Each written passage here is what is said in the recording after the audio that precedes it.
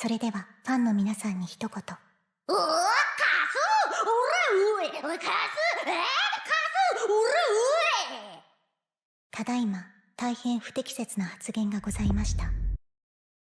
Aside from improving Big Band's capabilities, patch 6.3 also tried to elevate some variants' capabilities, and surprisingly, it also attempted to bring down some of them.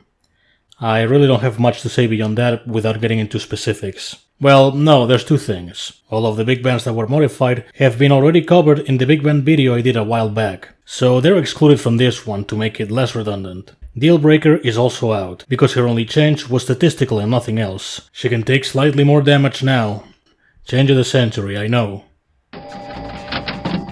Hellcat was always one of those variants that existed and nobody paid much attention to. That still holds true, but at least she's become slightly more worthwhile. For a bronze, her base attack is pretty good and can be further increased within rages. This time they're constantly given, but once every 8 seconds. You still get 5 stacks before a minute passes, but it's a lengthy wait nonetheless. The precision on enraged skills is still present, which is passable but not overly practical, and also present is the health threshold required to enable the enrages. It's not hard to work around, but it can affect which mark key to go for, either Malem to stay above 50% or Boop to get 5 enraged stacks faster. The latter is more favorable and inviting, and it helps that Fortune has good hitboxes for intersecting. Not a must-have by any means, but a good choice for early game players. And you better believe Mornadil is somewhere with champagne in hand, celebrating some random cat getting buffed. Delightfully devilish, Seymour.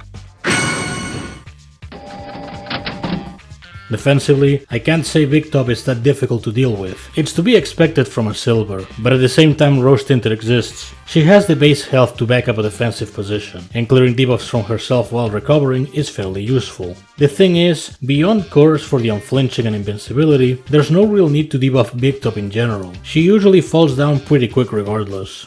Offensively, I can't say I tested her much myself. No doubt she'd work for rifts only. At least she would consistently keep herself clean of dangerous debuffs, as well as keeping a decent health score. But her potential hasn't really been tested yet. At large, she comes across as a less efficient weekend warrior. Whether that's wrong or not is left to be seen, but that's where I'm gonna leave her at. That button is so worthless! Rage appropriate boils down to, what if we did Coral Scout again? Instead of requiring 5 combo hits to gain 2 armor stacks, it takes about 10, which applies to either her own combos or the opponent's. It works both ways as a safety net and a stalling mechanism, but it has drawbacks. 10 combos is a fair window to set up a counter plan against Rage appropriate, and if you run Eliza, you can always go with Chaos Banishing Hand. If used offensively, you could treat her as a safety net sort of variant, capable of keeping herself in the game for longer. At least if we're talking early game stuff, she won't do shit later on. As for the permanent enrages, you can now gain them on blocked hits too, and it only requires a 5% health loss to be gained.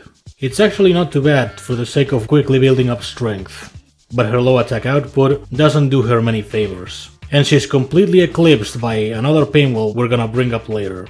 But we know of a certain nefarious individual who was very happy upon these changes. Even if she's still mediocre, I'm sorry Neff. I may have gone too far in a few places.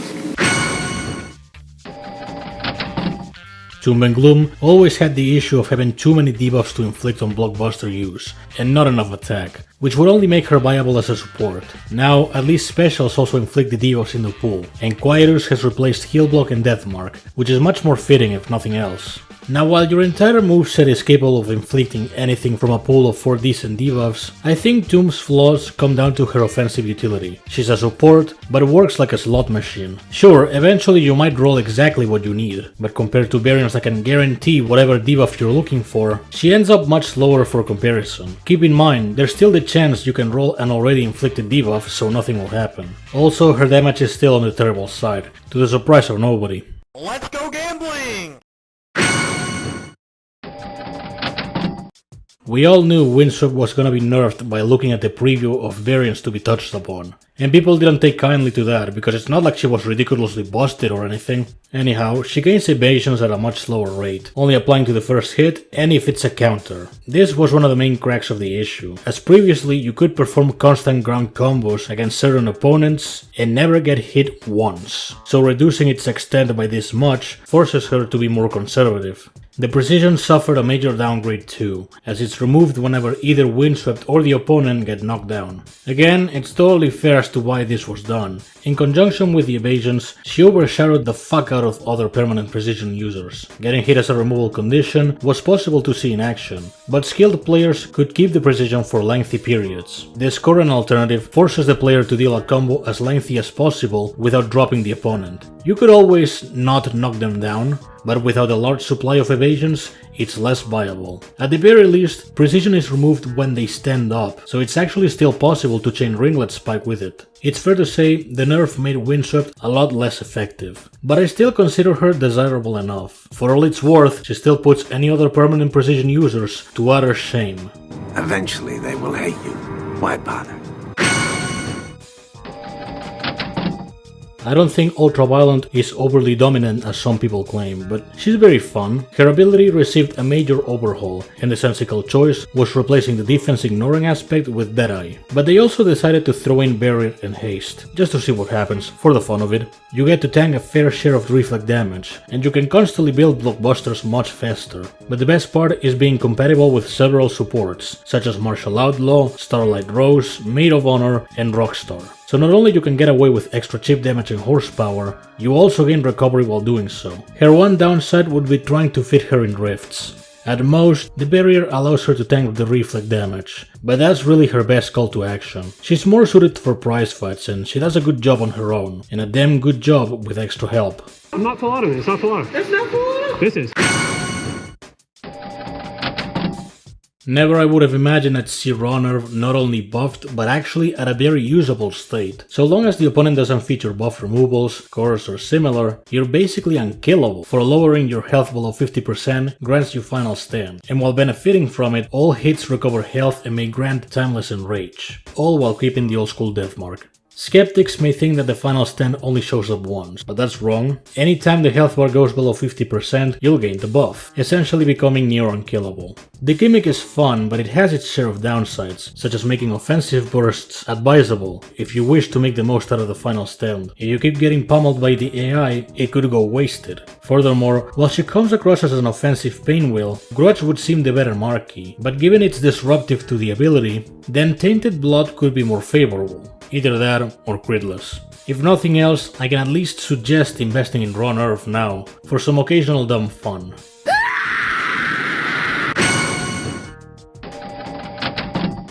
I don't know about you, but Time Thief is one of those variants that people didn't pay much attention to. For good reason, mind you. The whole instant full recovery when recalling head is inherently interesting and has potential. It's not doomed from the start. The problem is her low attack and not being able to recall head after a fight. So what did the devs implement to skyrocket Time Thief's popularity? Change the death mark on head toss for haste. Change of the millennium, I know. To its credit, Deathmark is very accessible to Misfortune, so it makes perfect sense to have something else.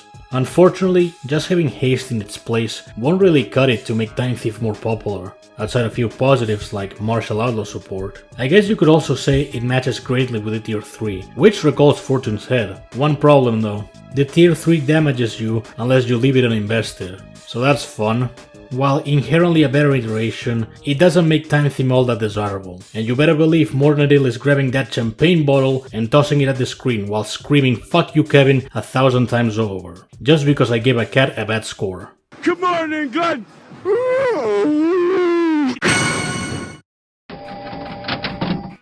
Materia Girl used to suffer a lot because of the luck involved with her star powers buffs, as well as 3 out of 5 being much weaker. Well, I have news for you, those 3 have been taken out of the equation and have been replaced with Deadeye, a much more aggressive and practical choice all things considered. Of course, it's still bound to battle with haste and precision for which one manages to be the active buff, but having a reduced pool is much better for retries. The star power mechanic is still annoying to utilize, given it depletes a fair chunk when activating, but thankfully another change Materia Girl received was that all hits, including blocked ones, increase the star meter by 5%. I mean, fair enough, we're talking about increasing meter even if you fail a Seiken beam or whatever, but 10% definitely hurts, so equip accuracy. She's become much easier to use, but it's hard to justify her, given there's still a fair share of RNG involved in her ability, even if toned down. Still, a big improvement. Aw, dang it. Aw, dang In retrospect, I might have been too generous with the old version of Tidal Traveler. It was far and away really bad, even if you knew how to stall above your puddle. So now, in order to gain immunity, you only need to land a hit with puddles. It only lasts for 15 seconds compared to timeless from the previous version, but at least you know when it's gonna expire. And landing puddle hits is very easy. Additionally, bubble hits with immunity also disable blockbusters, on top of its previous benefits, so she becomes an extended version of Bad Miss Frosty. The thing is, the immunity is her major selling point and only carries her so far. If you like Umbrella's gameplay, by all means she's passable enough, but for immunity there's plenty of other, much better options. A fair improvement, but she's just aggressively average. And they ain't got no point to the game. You just walk around jumping on shit.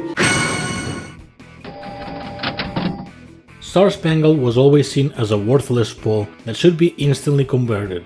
It's debatable whether she still keeps such a stigma, but at the very least she made an effort to improve. Each of Cerebella's throws, landed or broken, will grant barrier and inflict guard break. Given it doesn't stack in rapid fashion with multi-hit throws, the fastest way to stack 5 of each is by constantly having the opponent break throws. Not viable against a Cerebella though. As such, you secure yourself some additional coverage. The guard break is fine for openings, but Cerebella already has options for those, so it's helpful but somewhat redundant. Furthermore, Barrier allows Star-Spangled to land bleeds and fatigue, as means of channeling her old stun ability. It's fine for what it is, but not a major seller. Overall acceptable and pretty enjoyable, but also very replaceable. Barriers and bleeds don't seem like a common combination, but there's not a heavy demand for having both features in one variant. You American son of a beach. Heart of Darkness has received a couple of changes to her formula that make her different enough to stand out, but not too far from her original version. The copying ability is still present, with all of its downsides included, like too much time transmuting, the 30 seconds hex missing because of resistance, and most abilities not working for double. But hey, now there's also full buff removal added in. It's serviceable, but because it only works once, it's not as useful. What has become useful though is her second ability, which received a complete overhaul. If the opponent suffers from any debuff when defeated, Heart of Darkness gains 3 miasma stacks and inflicts 3 random debuffs on the next opponent, everything lasting about 20 seconds. The debuff condition comes across as redundant. You're one silly slide away from enabling it. The length of the miasma is considerable enough to make for some snowballing. And it's at least 3 stacks, they didn't push she out and gave her just 1 or 2. I still think she suffers from most of the issues the old Heart of Darkness had, mainly the copy ability being shoddy, and they also got rid of the old debuff transfer, but I guess buffing that would have been too busted with chaos. Not really, but whatever.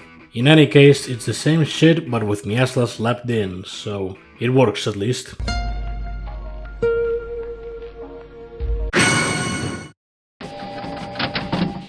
Starshine is a case of good ideas that met with terrible fates. If you're a high-streak prize fight player, then the change may not seem so bad. However, if you're a Rift player, no worse alternative could be conceived. The immunity and blessing retain the former conditions, of being removed when the opponent tags out or dies, but now they only take 10 seconds to be applied. It's not as fast as Blitz and Glamour, but not being removed on knockdown makes it safer. But it gets removed on kill, so it's definitely worse. The precision also drops much faster than before, only taking up to 15 seconds, but it also goes away as soon as the opponent dies. Meaning if you wish to precision kill an entire team, you have to throw away 45 seconds minimum. That's a ludicrous amount of time, at most useful only for solo nodes. And even still not fast enough because you're forced to stall 15 seconds. There's the off chance that if you're too obsessed with the reference or you sank cash into her, you'll gaslight yourself into thinking she's actually good. But no, she just doesn't work. The one thing of note she's gonna do is have an easier time against Parallel Realms bosses that include Immoral Fiber, Evergreen Evil, and so on. A max crit destruction pillar is more effective than Starshine, so once again, Essence tier. That was so terrible, I think you gave me cancer! Ironically, this is the first time I give Deathwish a proper review. Anyhow, she received the least amount of negative touch-ups compared to Windswept. Her miasma was removed, the self-revival only goes up to 25%, and her base health was lowered, making her slightly less practical in defense. Although that's still not entirely true. Umbrella's AI ensures she may catch people off guard. and the hex and revivals can cause enough of a stall to annoy most people. On offense, she works about the same, capable of consistently hexing opponents and removing their buffs. She only takes some extra damage when hit, but that's about the main difference. She remains the same with all of her benefits. I wish you'd never been born. Megalomaniac has gotten a strong buff indeed. They finally made her armors to not be removed by her own blockbusters, the one thing that truly held her down. Jokes aside, she works about the same with her armor gaining. It's what she inflicts with them that has changed. They still stun at 3 stacks, but instead of causing instant damage, they gradually remove meter from the player. At first that may seem weaker, but keep in mind, armors are removed through the player's blockbusters. That's a pretty devious effect, and to add insult to injury, alongside the permanent armors, she also gains evasions, which can waste you both time and meter if you're not careful. With all that said, she is still not as threatening as she may come across. Annoying as it may be, the trick is still to outtake her into the field and dispose of her with curse or similar, but I will give her credit for actually feeling more threatening with these seemingly small changes. Why must you fail me so often? ¿Usted qué prefiere, por ejemplo? Pongamos una situación demasiado sencilla. ¿Usted qué prefiere, por ejemplo? Caminar por la calle y que le atropiece y se muera ahora mismo, que se vaya al cementerio ahora mismo y se muera. O, por ejemplo, en un caso demasiado drástico, que le den un bolso de 5 millones de euros y una casa en Miami. Un par de tetas, tronco, te lo juro. Pero no pasa eso, yo quiero un par de tetas.